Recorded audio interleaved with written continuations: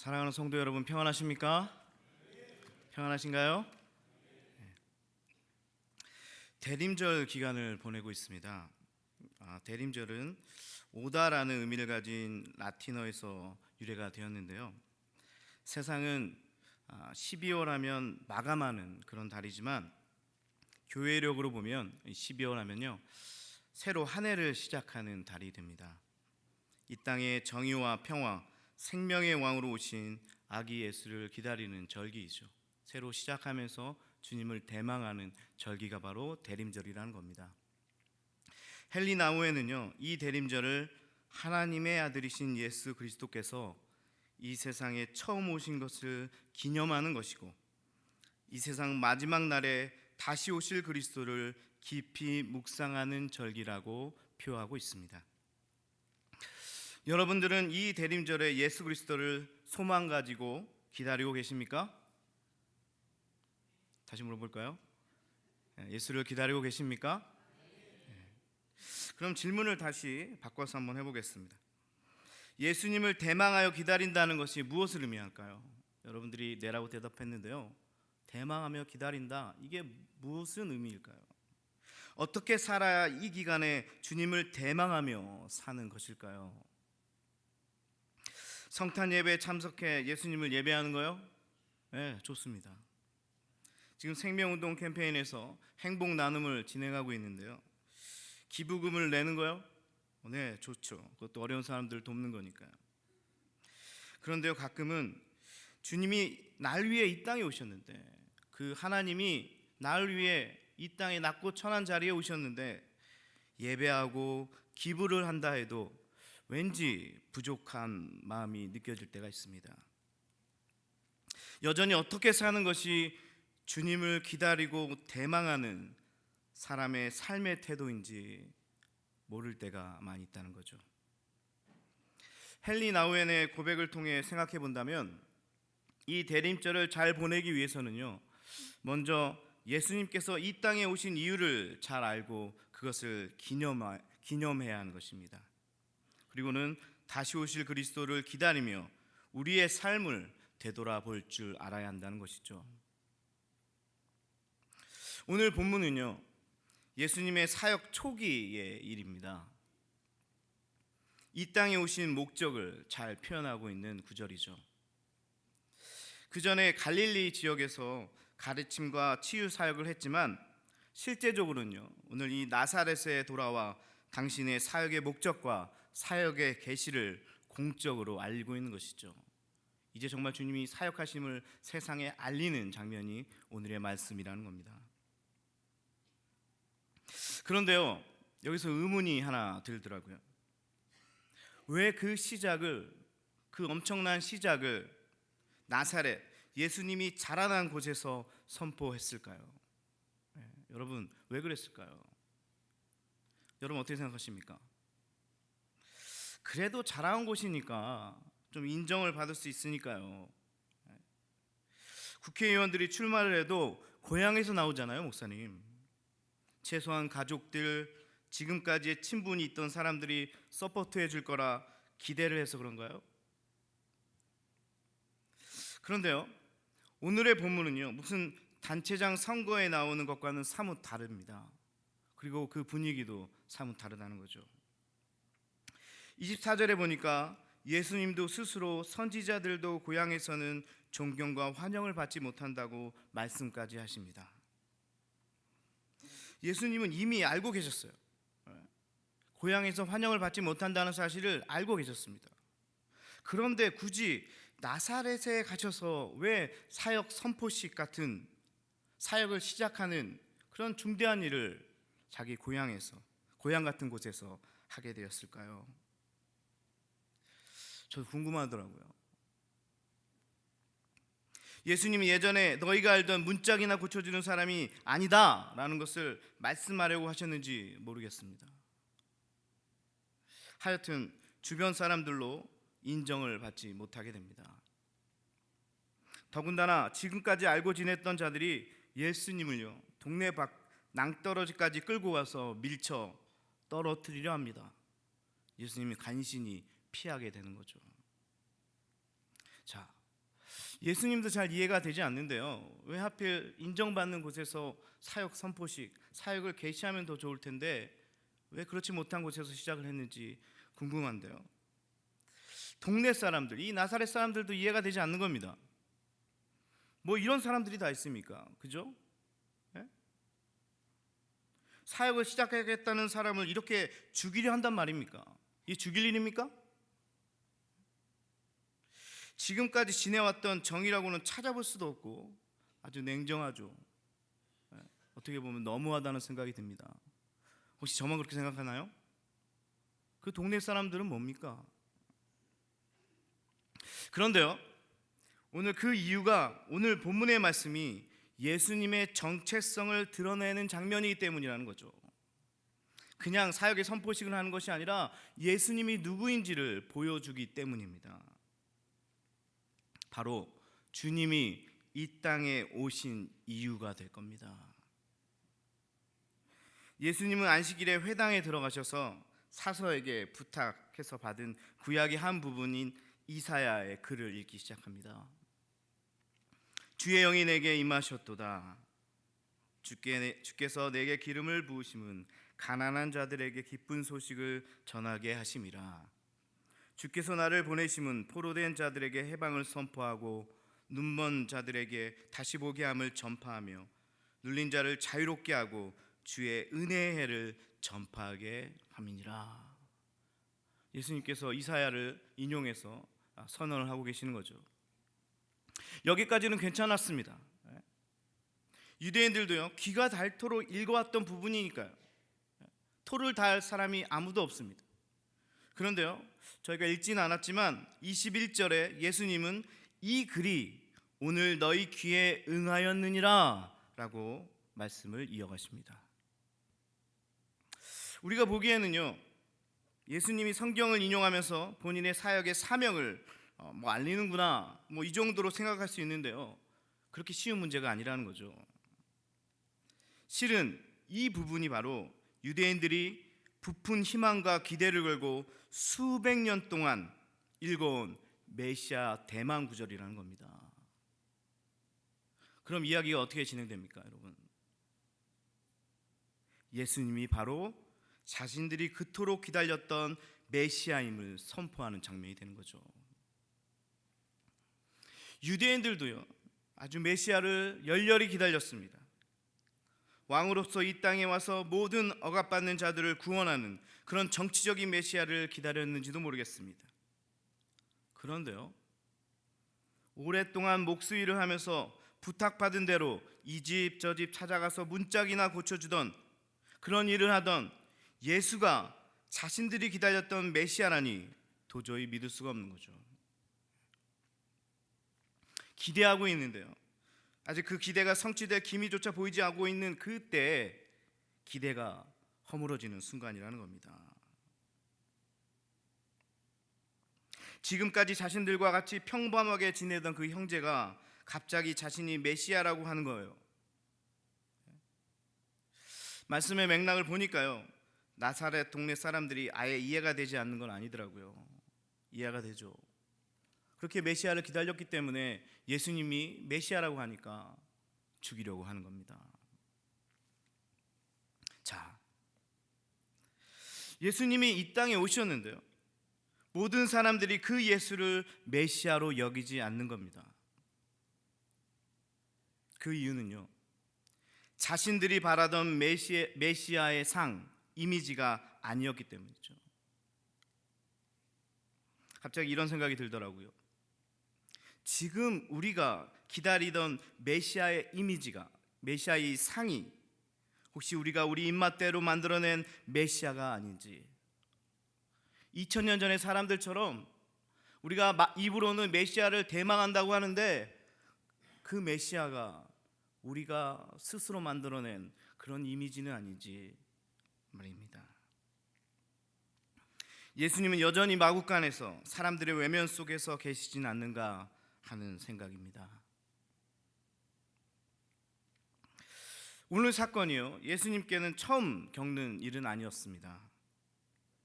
예수님께서 이 땅에 구원자로 태어날 그때에도 말구유만이 당신을 담을 수 있는 그릇이었고요. 마구간만이 찬바람을 막아줄 유일한 장소였습니다. 예수님이 메시아로 이 땅에 오셨지만 주를 경배한 자들은요 극히 일부입니다. 메시아로 오셨는데 메시아로 알아보지 못하는 거죠. 여기서만 끝나는 것이 아닙니다. 예수님의 사역 가운데서도 이 서로 알지 못하는 장면들이 계속 나오는데요.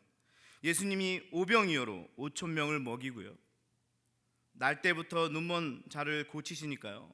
사람들이 아주 구름대처럼 몰려듭니다. 드디어 우리를 구원할 자가 오셨다. 환호성을 지르면서 슈퍼스타의 탄생을 기뻐하는 거죠. 그런데요. 예수님께서 그들이 원하는 이적을 베푸시지 않고요. 자신을 생명의 떡이라 부르시면서 진리의 말씀을 선포하십니다. 뭡니까? 그 사람들이 원하는 메시아의 상과는 다르게 예수님께서 다른 길을 걷고 있는 거죠. 생명의 떡이다. 하늘로서 내려온 분이다. 유대인들에게는 말씀도 어려웠을 뿐더러 이 하늘로서 내려온 분이라는 말에 기분이 상하기 시작하는 거죠. 정치적 메시아의 역할을 떠맡지도 않는 예수를 보고 실망하게 되는 것입니다. 그리고 나서 그들의 태도가 바뀌는 거죠. 요한복음 6장 41절 42절에서 예수님의 광팬이었던 무리들이 등을 돌려 수근수근 거리기 시작하는 거죠. 지금까지는요 메시아다, 그리스도다, 정말 대단한 분이 이 땅에 오셨다, 못하시는 것이 없는 그런 분이시다 라고 이야기했던 그 사람들이요, 예수는 우리가 아는 요셉의 아들 아니야? 우리가 그 부모를 아는데 들리지는 않게 말하지 수근수근 되는 거죠. 그리고는 그 사람들의 태도가 완전히 달라지는 겁니다. 예수님을 열광했던, 그분만 있으면 모든 것이 좋다고 떠들어댔던 사람들이요 예수의 등을 지고 떠나게 되는 거죠. 그러니까 예수님께서 제자들에게 묻습니다. 그렇다면 너희도 떠나겠느냐? 너희도 가려느냐? 당시에 베드로가 영생의 말씀이 주께 있사오니 우리가 누구에게 가오리까? 이렇게 이야기했지만요 결국 베드로를 비롯한 모든 제자들은 예수님을 떠나게 됩니다. 여러분, 자, 왜 이런 일들이 반복적으로 일어날까요? 이런 일들이 한 번이라면요 서로 바라보는 메시아 상이 다른 이런 일들이 단 한 번이었다면 그냥 오해에서 비롯한 한 이벤트, 한 사건으로 치부할 수 있겠지만요 오늘의 이야기가요 성경 전체적으로 패턴으로 나타납니다. 패턴의 형태로 반복되고 있다는 거죠. 이 패턴으로 나타난다면요 다른 이야기가 됩니다. 패턴은요 보통 그 사람의 삶의 양식과 태도가 되기 때문입니다. 심리학을 공부할 때도요 이 패턴이 굉장히 중요해요. 그 패턴을 연구하면요 그 사람의 삶의 태도와 양식이 나타나기 때문이죠. 무슨 말이냐면 제가 아는 사람 중에 이런 분이 있어요. 직장을 취직해서 처음엔요 그 직장에 대해서 너무 좋다고 입 바른 소리를 너무 많이 합니다. 거기 사장님은 최고라고, 그 회사는 최고라고 너무너무 좋아합니다. 그런데요 꼭 나중에는 얼마나 욕을 하는지 모릅니다. 처음에는 정말 악덕 사장을 만났구나, 그래서 처음에 그렇게 좋아하다가 그렇게 욕을 하는구나 하는 생각을 했어요. 그런데요 그 일이 반복된다는 거죠. 이분의 말을 빌려서 이야기하면 너무 난 인생에 재수가 없어, 왜 만나는 사장마다 하나같이 다 나쁜 사람이 되는 거야. 여러분, 이런 게 패턴이라는 겁니다. 이 사람은요 또 직장을 취직해도 중간에 나오거나 그만두면서 상사를 욕하게 되어 있습니다. 그게 삶의 양식이 되어버린다는 거죠. 첫 번째로는요 자신의 변덕에 문제가 있을 수도 있습니다. 또한 그 사람의 행동이 상사로 하여금 그 사람을 힘들게 만드는, 그렇게 만들게 하는 그 사람의 태도일 수도 있는 거죠. 하여튼 이 패턴, 삶의 양식이 깨지지 않는 이상 이분에게는요, 이런 어려움이 계속 찾아온다는 겁니다. 그처럼 이렇게 패턴적으로, 그러니까 뭔가 계속적으로 이게 일어난다 그러면요, 다시 한번 자기를 돌아봐야 한다는 거죠. 자, 그렇다면 오늘 말씀에서도요, 예수님도 이런 삶의 패턴을 가지고 계십니다. 만났던 사람들마다 예수님을 배신하고 떠나갑니다. 그 이유는요, 예수님의 삶의 패턴이요, 세상과는 맞지 않았기 때문이죠. 그가 이 땅에 오신 이유 자체가요, 세상과는 달랐기에 계속적으로 부딪히게 되어 있다는 겁니다. 사람들과 예수님이 바라보는 것에는 엄청난 차이가 있었기 때문에 도저히 그 간극을 좁힐 수 없었다는 거죠. 그럼 예수님의 삶이 뭐길래, 그가 이 땅에 오신 이유가 뭐길래 세상 사람들과 맞지 않는 걸까요? 예수님의 십자가 사역, 예수님의 낮아짐, 죽음으로 다시 사는 것을 이야기할 때마다 입술로는 제자들이 그리스도라 고백했지만 자기 스스로는 높아지려 했다는 거예요. 예수님께서 이제 고난받으러 예루살렘에 입성할 그때에도 제자들은요, 누가 더 큰지 열을 올리고 있었습니다. 예수님이 십자가를 이야기할 때마다 제자들은요, 내가 높아져야 되겠다 하는 이야기들이 오갔다는 거예요. 여러분, 예수님이 얼마나 힘드셨을까요? 3년이나 같이 사역을 했는데요, 여전히 자신의 사명을 이해해주는 제자가 아무도 없었다는 것입니다. 모두들 높아지려 하고요, 가난하고 소외당하고 포로된 자들에게는 관심이 없었다는 거죠.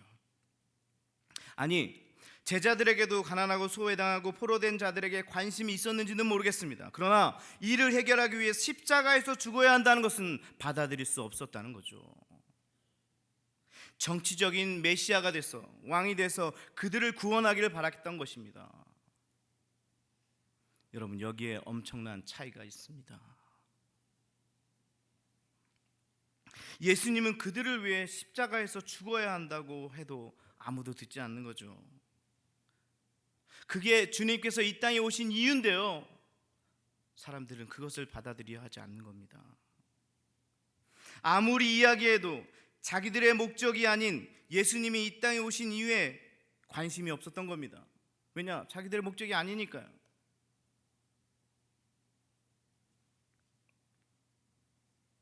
자, 이제 여러분들에게 다시 묻겠습니다. 여러분들은 왜 예수님을 기다리십니까? 예수님을 왜 기다리십니까?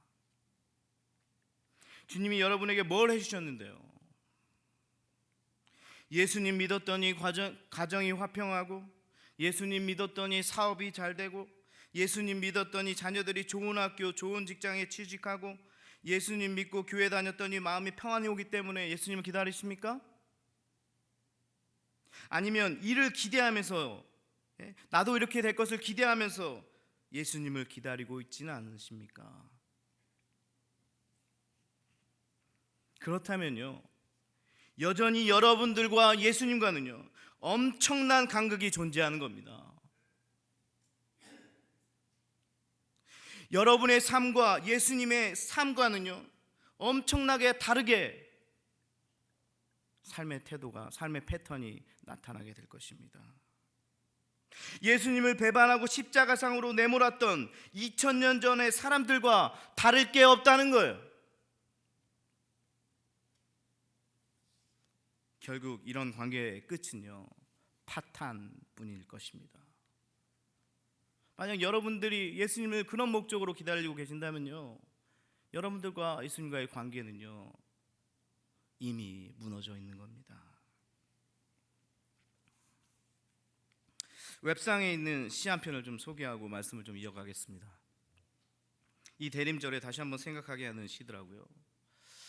인터넷에 저자를 제가 찾을 수가 없어서 그냥 익명의 시인으로 말씀드리겠습니다. 처참히 죽으러 오는 아기를 고요히 기다린다는 것이 말이 되느냐?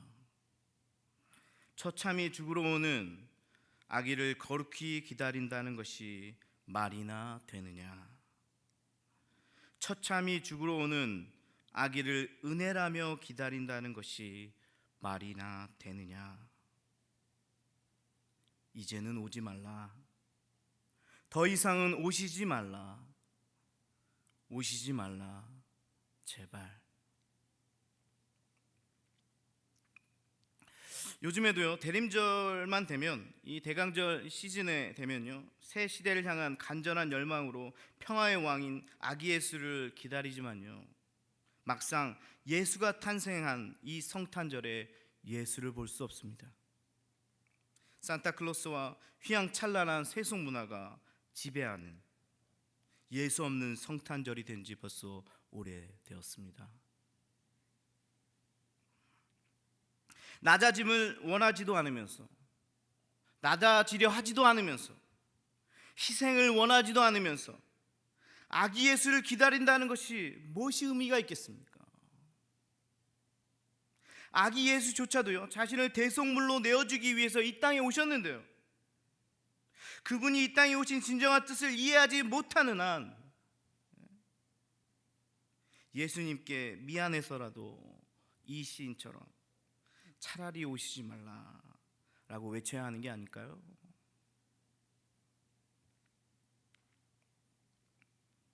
예수님의 이 땅에 오신 진정한 이유는요, 가난한 자에게 복음을 전하시고 포로된 자에게 자유를, 눈먼 자에게 다시 보게 하고 눌린 자를 자유롭게 해서 은혜의 해를 선포하는 데 있습니다. 목사님, 저는요 가난하지도 않고요, 포로도 아니고요, 눈이 멀지도 않았고요, 현재 눌러있지도 않으니까요, 예수님의 오심과 저랑은 상관없는 거 아닙니까? 혹시 이렇게 묻는 분이 한 분이라도 있다면요, 다시 생각해야 할 것입니다. 여기서 가난하다고 하면요, 물질적으로 부족하다는 뜻이 아닙니다. 현대에 들어서도 이 가난에 대한 개념이 바뀌고 있습니다. 예전에는 물질이 없는 상태를 가난이라고 불렀습니다. 그래서 가난한 자에게 물질을 주었습니다. 그런데요, 줘도 가난의 문제를 해결할 수 없게 됩니다. 아프리카, 이 가난의 문제를 위해서 선진국에서 얼마나 많은 돈을 들여서 돕는지 아십니까? 그런데요, 도저히 해결할 기미가 보이지 않습니다. 사실 가난한 자에 대한 도움은요, 물질에 의한다고 생각하는 것이 바로 자본주의의 폐해입니다. 물질만 주면 이 가난이 다 벗어진다고 생각하는 것이 바로 잘못된 생각이라는 거죠. 이렇게 해서는 가난을 해결할 수 없게 됩니다.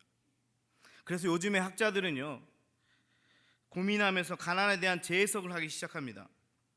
가난은 어느 곳에서도 도움을 받을 수 없는 상태, 모든 관계가 끊어져서 희망조차 사라진 상태를 가난이라고 부르기 시작합니다. 자, 이렇게 개념이 달라지면요, 어프로치가 달라지겠죠. 하는 방법들이 달라지겠죠. 그런데 이거는 세상에서 이야기하는 거고요, 기독교에서 이야기하는 이 가난은요, 바로 하나님과의 관계가 끊어진 상태를 이야기합니다. 더 이상 회복할 수 없는 벌어진 상태, 하나님께 도움을 구할 수 없는 그런 상태를 가난이라고 부르는 거죠. 아기 예수가 이 땅에 오신 이유는 이 가난한 자를 붙들어 주시는 겁니다. 가난한 자에게 복음을 전하는 것은요, 하나님과의 관계가 끊어져 어디에서도 도움을 받지 못하는 상황에 처한 자들을 일으켜 세우는 일이 되는 것입니다. 그들을 위해 아기 예수님이 이 땅에 오신 거니까요. 포로된 자들의 의미는요, 어디엔가 얽매여 자유와 평화를 빼앗긴 사람들을 의미합니다. 얽매여 있어서요, 자유롭지 못한 상태죠. 만약 물질에 사로잡혀 있다면요, 내일 먹을 거, 내일 입을 거, 이런 거에 모든 신경이 가 있다면요, 그런 사람들이 포로된 사람들입니다. 내가 관심 가지고 있는 것, 그것이 나를 사로잡는다면요, 그 관심에 포로가 되는 거죠. 눈먼 자들을 다시 보게 하시겠다고 하셨는데요, 눈먼 자들은 시각장애이기보다는요, 영적인 세계를 보지 못하고, 아니 보지 않으려고 하는 사람들입니다. 사람들의 욕심이요, 자기가 보려는 것만 봅니다. 자기가 듣고 싶은 이야기만 골라 듣고 좋아합니다. 이런 모든 부류의 사람들이 눈먼 자들이란 거죠. 그들에게 오직 예수만이 진정한 세상을 보게 할 것입니다. 눌린 자를 자유롭게 하신다고 하셨는데요, 심리적 억압과 불안, 걱정, 근심에 쌓여 있는 자들입니다. 예수님은 이런 자들을 위해 이 땅에 오셨고 그의 사명의 핵심인 은혜의 해를 지금 선포하고 있는 것이죠. 은혜의 해를 선포하면요, 모든 것이 회복될 것입니다. 하나님께서 창조하셨던 그 아름다운 그대로, 그 모습 그대로 회복될 것입니다. 그렇다면요, 위의 카테고리에 포함되지 않는 사람은 아무도 없을 것입니다. 다시 말해서요, 예수님께서 이 땅에 오신 이유는 바로 나 같은 죄인을 구원하시려고 하는 놀라운 섭리가 이 안에 들어 있다는 것이죠. 여러분, 예수님이 교회도 자주 빠지는 저 집사 때문에 오셔서 고생하겠구나, 저 말도 안 되는 저 권사 때문에 예수님이 고생하겠구나, 절대 아닙니다. 바로 나 때문입니다. 나 때문에 십자가의 모진 고통을 당하시고 죽으실 줄 아셨지만 나를 살리시려고 그런 고난 가운데 은혜의 해를 선포하는 거예요. 십자가를 지신 겁니다. 그리고 이 땅에 오신 겁니다. 마지막으로요, 예수님이 이 땅에 오신 이유가 바로 내가 이 땅에 살아갈 삶의 이유라는 겁니다. 너무나 중요합니다. 다시 말씀드릴게요. 예수님이 이 땅에 오신 이유가 내가 이 땅을 살아가는 이유가 된다는 것입니다.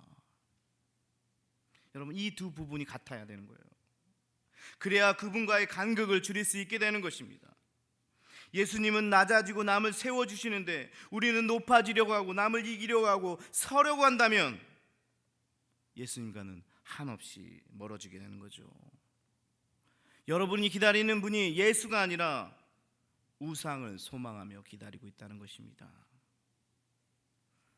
지금까지 이야기한 예수님께서 이 땅에 오신 이유가 바로 우리의 삶의 이유가 되어야 됩니다. 우리가 살아가야 할 이유가 되어야 하는 것입니다. 여러분, 오늘 제가 처음에 드렸던 질문을 기억하시나요? 어떻게 살아야 이 대림절 기간에 주님을 대망하며 사는 것일까요? 라고 제가 질문을 드렸는데요, 기억하시죠? 예수님이 이 땅에 오신 그 목적대로 내가 예수님 대신 오늘을 살아가는 것입니다. 그것이 바로 대강절, 이 대림절을 의미 있게 살아가는 방법일 것입니다. 예수님 대신 내가 오늘을 살아가는 것입니다. 예수님께서 이 땅에 오신 목적대로 오늘을 살아가는 거예요. 예수님이라면 이 상황에서 어떻게 하셨을까? 그것을 고민하면서 살아가는 겁니다. 예수님의 다시 오심을 기다리는 것은요, 단순히 예배에 참석하고 가난한 사람에게 불쌍해서 도와주는 것 정도의 것을 말하는 것이 아닙니다. 여러분, 내가 죽어야 합니다. 예수님처럼 말입니다. 내가 죽어야 주님이 내 삶 속에 살아 움직이십니다. 내가 죽어야 주님이 살고, 내가 죽어야 다른 이웃들이 살게 될 것입니다. 내가 져야만 승리하게 될 것입니다. 그게 바로 기독교의 신비예요. 그게 주님께서 이 땅에 오신 이유예요.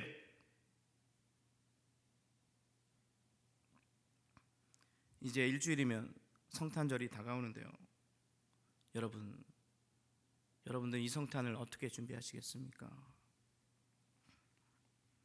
성탄을 따뜻하게 보내시라고 제가 톨스토이의 단편 소설 구두장이 마틴을 소개하고 말씀을 마치려고 합니다.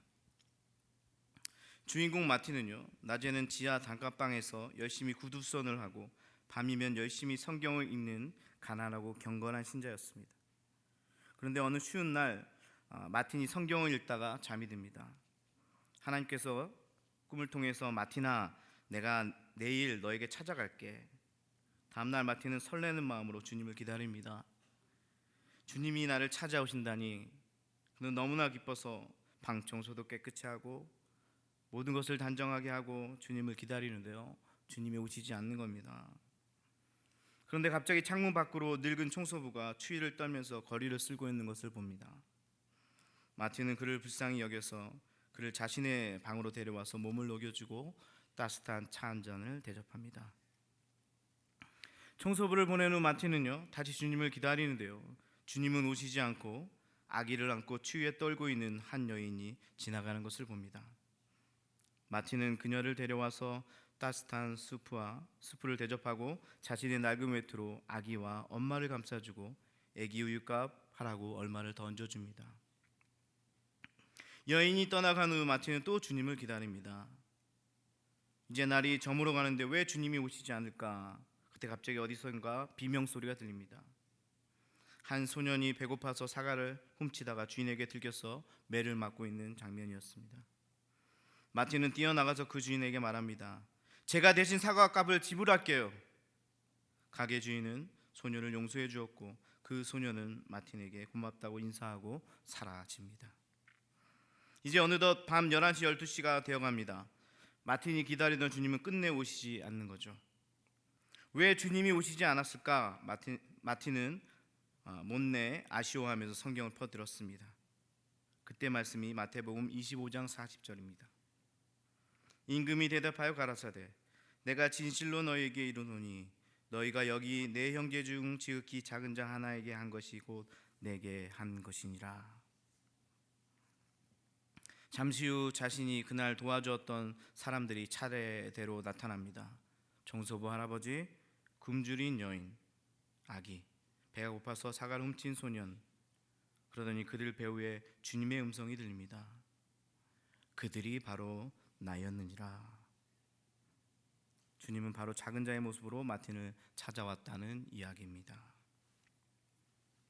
여러분 어떻습니까? 마틴과 같은 삶을 살 때 이 대림절에 예수님을 만나게 되는 겁니다. 그런 삶이 2000년 전에 주님께서 이 땅에 오신 이유가 될 것입니다. 여러분 얼마 남지 않는 이 대림절 일간, 이제 일주일 조금 넘게 남았는데요, 어떻게 보내실 겁니까? 주님을 소망하여 기다린다는 것은요, 예수님이 이 땅에 오신 이유가 내 삶 속에 스며들어 있을 때 이 대림절을 제대로 살게 되는 것입니다. 여러분들이 원하는 대로, 내가 바라는 대로가 아니라 주님께서 이 땅에 오신 이유가 내 삶 속에 녹록히 스며들어 있을 때, 그리고 그런 삶들을 내 인생을 통해서 살아나갈 때 바로 그것이 대림절 우리가 해야 할 일이라는 것입니다.